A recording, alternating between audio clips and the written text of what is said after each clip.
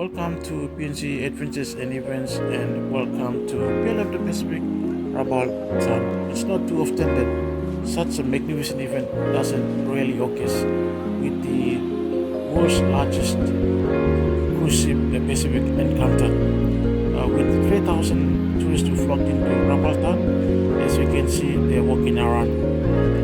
So we were fortunate enough to drive through with Elinda and Thaddeus of East Riverton Service and Launch Site. Please sit back and enjoy this short video as we drive through.